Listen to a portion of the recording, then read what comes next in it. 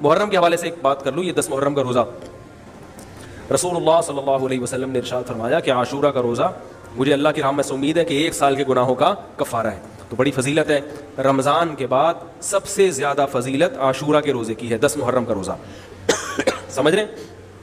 محرم میں ہمیں شریعت نے کیا کرنے کا حکم دیا ہے, اسلام کیا کہتا ہے؟ پہلی بات, اسلام یہ کہتا ہے کہ محرم میں روزے رکھنا دوسرے مہینوں کی نسبت زیادہ ثواب ہے. رمضان کے بعد تو زیادہ سے زیادہ روزے رکھیں, اور اسپیشلی 10 محرم کا روزہ 1 سال کے گناہوں کا کفارہ ہے, یہ اور زیادہ ثواب ہے. پورے محرم نہیں رکھے جاتے تو کیا کرنا ہے, 10 محرم کا رکھنا ہے. حدیث میں آتا ہے کہ آپ نے حکم دیا 2 روزے ملا کے رکھو, کیونکہ یہودی جو تھے وہ 1 روزہ رکھتے تھے, صحیح ہے نا. تو یہودیوں سے مشابہت سے بچنے کے لیے ہمیں حکم دیا کہ اس کے ساتھ ایک اور روزہ ملائیں. تو علماء یہ کہتے ہیں کہ آج کل یہودی 10 محرم کا روزہ نہیں رکھتے, تو اب مشابہت ختم ہو گئی ہے. تو اگر کوئی 9, 10 یا 10, 11 کا رکھ لے تو اچھی بات ہے, نہیں تو صرف 10 محرم کا بھی رکھ لے تو بھی انشاءاللہ پورا ثواب ملے گا, کیونکہ اب اس میں مشابہت رہی نہیں ہے. سمجھ رہے ہیں کہ نہیں سمجھ رہے؟ یہ کرنے کا کام ہے.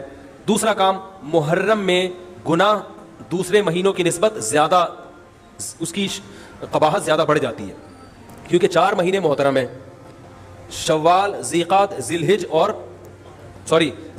ذی الحجہ, محرم اور رجب. یہ 4 مہینے جو ہیں اسلام میں اشہر حرم کہلاتے ہیں. قرآن کہہ رہا ہے فلا تظلموا فیہن انفسکم, ان میں اپنی جانوں پہ ظلم مت کرو. یہ ماتم کرنا بھی تو ظلم ہے نا اپنی جان پہ. تو اللہ نے فرمایا ان 4 مہینوں میں اپنی جان پہ ظلم مت کرو. کسی بھی طرح سے ظلم ہو, جسمانی ظلم ہو, روحانی ظلم ہو. جسمانی ظلم ماتم کر کے بھی ہو سکتا ہے, اور انگاروں پہ چل کے بھی ہو سکتا ہے, اپنے آپ کو پیٹ کے بھی ہو سکتا ہے. روحانی ظلم کیا ہے؟ گناہ کر کا. تو نہ گناہ کرنے کی اجازت, نہ کسی اور طرح سے. عام مہینوں میں بھی ظلم کی اجازت نہیں ہے, نہ اپنے اوپر اور نہ کسی اور پر. تو ان 4 مہینوں میں ظلم کی نوعیت بڑھ جاتی ہے. سمجھ رہے ہیں؟ یہ ایک محرم کی فضیلت ہے اسلام میں. اور تیسری فضیلت جو محرم کی, جو بعض روایات سے ثابت ہے, یعنی جو فضیلت تو نہیں کہیں گے اس کو, جو محرم میں کرنے کا کام ہے, وہ بعض حدیث میں آتا ہے کہ آپ صلی اللہ علیہ وسلم نے ارشاد فرمایا کہ عاشورہ کے دن اپنے اہل و عیال پر دسترخوان کو وسعت دو, اس سے رزق میں برکت ہوتی ہے. لیکن یہ جو حدیث ہے یہ ضعیف ہے, سند کے لحاظ سے پاورفل اور مضبوط نہیں ہے. بعض علماء نے کہا کہ اس کثرت طرق کی وجہ سے حسن کے درجے کو پہنچ گئی ہے. ہمارے ہی بعض اکابر علماء کی رائے ہے, علماء جو بر صغیر کے علماء, بڑے بڑے علماء ہیں, میں نام نہیں ذکر کرتا لیکن بہت بڑی اپر لیول کے علماء ہیں, ان کی رائے یہ ہے کہ یہ ضعیف, اتنی ضعیف نہیں ہے کہ بالکل ہی مسترد کر دی جائے, ٹھیک ہے نا. اور تعدد طرق کی وجہ سے درجہ حسن کو پہنچ گئی ہے. علامہ ابن تیمیہ رحمہ اللہ تعالی, جن کو سعودی عرب میں بہت فالو کیا جاتا ہے, ان کی رائے اور سلفی علماء کی رائے, جو سعودی عرب کے العثیمین, بن باز وغیرہ تھے, ان کی رائے یہ کہ یہ حدیث بالکل صحیح نہیں ہے, اور اس کی کوئی حیثیت نہیں ہے کہ دسترخوان کو وسیع کیا جائے اور عاشورہ کے دن کھانا کھلایا جائے. سمجھ رہے کہ نہیں سمجھ رہے؟ لیکن جو دوسری طرف معتدل علماء, معتدل سے مراد میں ان کو برا نہیں کہہ رہا, لیکن وہ انہوں نے حدیث کی جو, اب اگر آپ سندوں کی تحقیق کریں گے تو اس کو بالکل من گھڑت قرار دینا درست نہیں ہے. اگر سندوں کی تحقیق کریں گے تو ایسا معلوم ہوتا ہے کہ علامہ ابن تیمیہ رحمہ اللہ تعالی, جو ہمارے لیے قابل احترام ہے, انہوں نے اس حدیث کو رد کرنے میں تھوڑا مبالغہ سے کام لیا, غلو کیا ہے. ایسا نہیں ہے کہ بالکل ہی اس کی کوئی ویلیو نہیں ہے. تو ضعیف روایتیں ہیں لیکن کثرت طرق کی وجہ سے درجہ حسن کو پہنچ گئی ہیں. سمجھ رہے کہ نہیں سمجھ رہے؟ اس وجہ سے بعض علماء کی رائے, بلکہ اکثر, بلکہ جمہور کی رائے یہی ہے کہ محرم میں اگر کوئی اپنے بچوں کو جمع کر کے اچھا کھانا کھلا دیتا ہے 10 محرم کو, اور یہ حلیم شاید یہیں سے نکلا ہے, شاید یہیں سے نکلا ہے کہ وہ اچھا کھانا ہو جائے گا, تو وہ کہتے ہیں کوئی حرج نہیں ہے. لیکن ایک بات جو دوسرے علماء کہتے ہیں, جو میری بھی سمجھ میں آتا ہے, بلکہ میں نے پہلے کہیں پڑھا تو نہیں, میرا دماغ اس طرف گیا, لیکن اس کی تائید میں علماء کے فتاوی مل گئے. دیکھو, اگر کوئی حدیث ضعیف ہو یا حسن ہو تو صرف حسن ہونا کافی نہیں ہے, یہ دیکھا جائے گا کہ یہ دوسری صحیح حدیثوں سے ٹکرا تو نہیں رہی ہے. یہ بھی ایک فقہ کا اصول ہے کہ اگر ایک کمزور چیز ہے لیکن وہ طاقتور دلیل سے ٹکرا رہی ہے تو پھر اس کمزور چیز کو بالکل رد کیا جائے گا. تو عاشورہ کے دن روزہ رکھنے کا حکم ہے, یہ بالکل بخاری مسلم کی صحیح حدیث سے ثابت ہے. اور جو کھانا کھلانے والی روایت ہے وہ اس ٹکر کی نہیں, اس کو تو ابن تیمیہ جیسے محقق نے بالکل ہی کالعدم قرار دے دیا, بعض عرب علماء نے بھی بالکل کالعدم قرار دے دیا, اگرچہ ہماری رائے ہے کہ بالکل کالعدم نہیں ہے, لیکن بہرحال اس میں محدثین کا بڑا اختلاف ہوا ہے.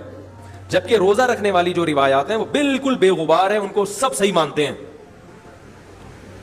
تو کھانا کھلانا اور روزہ جمع, بولو بھائی, نہیں ہو سکتا, اس لیے کہ اگر وہ روزے کا دن ہے تو کھانے کا دن نہیں ہے, کھانے کا دن ہے تو روزے کا نہیں.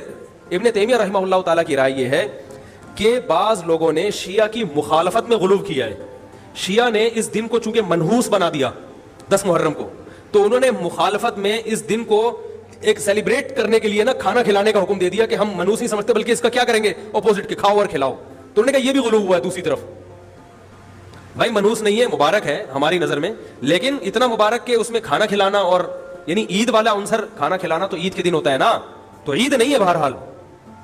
تو یہ بھی بڑی جاندار بات, اگرچہ یہ عقلی دلیل ہے مگر یہ ایسی نہیں ہے کہ بالکل اس کو کالعدم قرار دے دیا جائے. تو اب علماء نے دونوں حدیثوں کو تطبیق کی کوشش کی علماء نے کہ بھئی کھانا بھی کھلاؤ اور روزہ بھی رکھو, افطاری میں کھلا دو, سحری اور افطاری میں.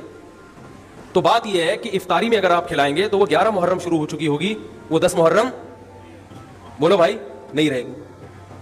دوسرا سحری میں جو کھلانے کا مسئلہ ہے نا, سحری میں تو سحری میں جب ہم کوئی کہتے ہیں نا فلاں دن یہ کام کرنا ہے فلاں دن, تو اس سے لغت میں جو ذہن میں متبادر ہوتا ہے نا وہ دن کا وقت ہے, وہ 3:30 پونے 4 کا وقت نہیں ہوتا.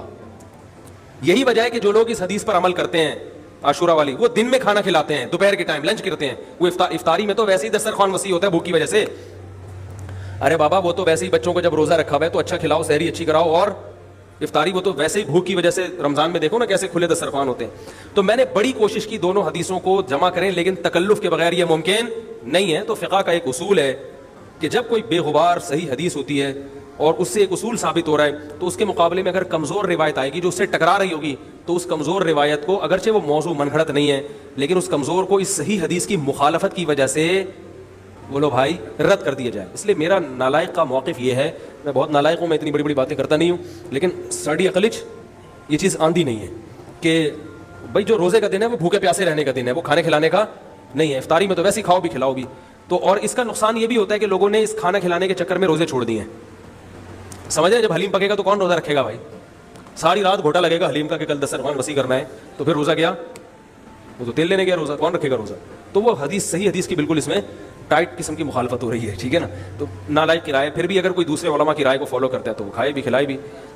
میں کہتا ہوں جو مضبوط چیز ہے اس کو لینا چاہیے, جو کمزور چیز ہے اس کو چھوڑ دینا چاہیے. ہمارے حضرت مفتی رشید احمد صاحب رحمہ اللہ ایک بات کہتے تھے کہ جہاں کھانا کھلانے کی حدیث آئے گی نا وہاں مسلمان اس کو لے ہی لے گا. کھانے پینے کی جہاں بات آئے گی مسلمان کیا کرتا ہے, وہ کہتا ہے بھائی یہ صحیح ہے, یہ بالکل صحیح حدیث ہے, ٹھیک ہے نا. وہ کیا کرتا ہے, جن علماء کی تحقیق ہے وہ تو تحقیق سے کہہ رہے ہیں, لیکن عام پبلک کی عادت یہ ہوتی ہے کہ فتویٰ بھی اسی کا فالو کریں گے جہاں کھلانے کا تذکرہ آ رہا ہو. تو اب ہمارے کہتے جہاں کھانا کھلانے کی بات آئی مسلمان کہتا ہے بس یہ بالکل صحیح بخاری کی طرز پر ہی, بخاری کی شرط پر یہ حدیث. تو بھائی بھوکا رہنا عبادت ہے, بھوکا رہنا سنت ہے. بچوں کو تو ویسے ہی کھلاؤ عاشورہ ہو یا نہیں ہو, اور سحری افطاری کرا دو اچھی سی, روزہ رکھواؤ, اور جو بالکل چھوٹے بچے ہیں وہ تو ویسے ہی کھاتے ہیں. تو اس لیے, اور پھر اس کا نقصان کیا ہو رہا ہے, حلیم کے گھوٹے لگ رہے ہیں پوری پوری رات بیٹھ کے, اس کے الگ نقصانات ہیں, سبیلیں لگ رہی ہیں. حضرت حسین رضی اللہ تعالیٰ عنہ تو کربلا میں شدید گرمی میں بھوکے اور پیاسے اپنی جان دیتے ہیں, اور یہاں ہم کیا کر رہے ہیں, کھانا کھا رہے ہیں, دیگیں پکا رہے ہیں, شربت پی رہے ہیں. تو یہ بات عقل میں آنے والی نہیں ہے. تو عاشورہ کے دن کی مناسبت سے روزہ ہی ہے, وہ روزہ رکھنے کا دن ہے. اللہ تعالیٰ عمل کی توفیق عطا فرمائے. وما علینا الا